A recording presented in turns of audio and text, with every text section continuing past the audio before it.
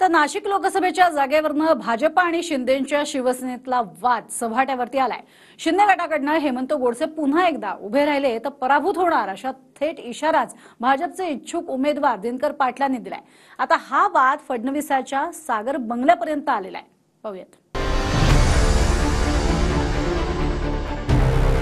नाशिकची जागा ही शिवसेनेच्या धनुष्यबाणाला सोडून घेऊ।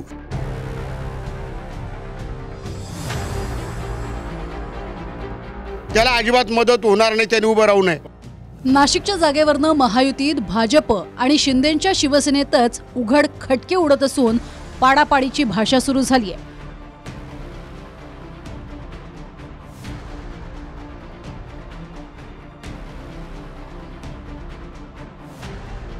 ठाण्यात मुख्यमंत्री एकनाथ शिंदेंच्या घराबाहेर शिंदेंचे नाशिकचे खासदार हेमंत गोडसेंनी शक्ती प्रदर्शन केलं आणि दुसऱ्या दिवशी फडणवीसांच्या सागर बंगल्यावर देवयानी फरांदे, सीमा हिरे हे तीन आमदार आणि इच्छुक उमेदवार दिनकर पाटील आले।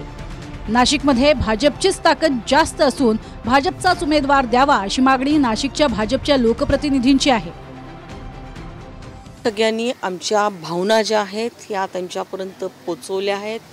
आमची सखोल ह्या विषयाच्या बाबतीमध्ये चर्चा झाली आहे।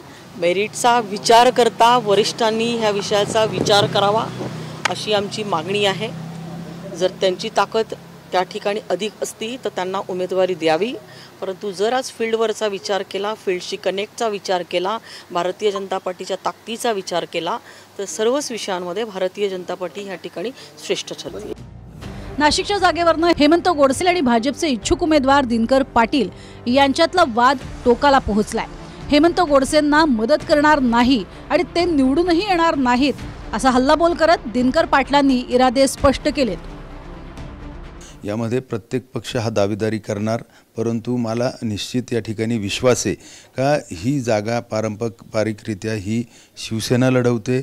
ही सर्व जाणीव वरिष्ठ पातळीवरती सर्वांनाच आहे आणि म्हणून मला असं वाटतं का निश्चित ते योग्य ते निर्णय घेतील आणि निश्चित नाशिकची जागा ही शिवसेनेच्या धनुष्यबाणाला सोडून घेऊ अशा प्रकारचा विश्वास त्यांनी आम्हाला सर्वांना दिला। का जो माणूस नरेंद्र मोदी साहेबांमुळे निवडून येतो त्यांचा फोटो टाकत नाही, देवेंद्र फडणवीस साहेबांचा फोटो टाकत नाही, बावनकुळे साहेबांचा फोटो टाकत नाही, जो माणूस भारतीय जनता पार्टीच्या नावावर निवडून येतो आणि तो भारतीय जनता पार्टीशी कृतज्ञता करतो, त्याला अजिबात मदत होणार नाही, त्यांनी उभं राहू नये आणि जागा भारतीय जनता पार्टीला सुटणार। हेमंत गोडसेंनी आग्रह धरू नये। हेमंत गोडसेबद्दल तीव्र नाराजी आहे। हेमंत गोडसे निवडून येणार नाही। इकडे मुख्यमंत्री एकनाथ शिंदेंवरही हेमंत गोडसेंसह नाशिकातल्या पदाधिकाऱ्यांचा दबाव आहे। ठाण्यामध्ये घराबाहेर जमलेल्या नाशिकच्या पदाधिकाऱ्यांना त्यांनी आपला आग्रह कायम असल्याचा शब्द दिलाय। आपल्याला मी एवढंच सांगतो की आपल्या नाशिकची जागा जी आहे आपल्या धनुष्यबाणाकडे राहिली पाहिजे। हे जे काय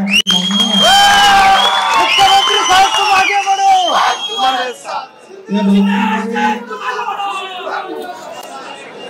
या बाबतीत आपण त्या ठिकाणी आपला आग्रह जो आहे आपला आग्रह कायम ठेवलेला आहे आणि अशा कुठल्याही बातम्यांवर अफवांवर विश्वास ठेवू नका। हेमंत गोडसे 2 टर्मचे खासदार आहेत। शिंदेंच्या बंडानंतर गोडसे एकनाथ शिंदेंसोबत राहिलेत, मात्र आता भाजपच्या स्थानिक नेत्यांनी आणि लोकप्रतिनिधींनी नाशिकवरचा दावा सोडण्यास नकार दिलाय। त्यामुळे गोडसे आणि दिनकर पाटलांच्या दबाव तंत्रात कोणाची लॉटरी लागते याची उत्सुकता आहे। नाशिकहून ऋत्विक गणकवारसह चंदन पूजाधिकारी, TV9 मराठी।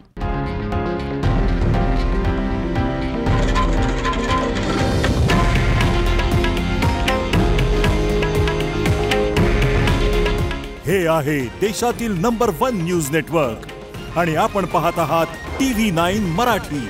काळजी तुमची, हित महाराष्ट्राचं।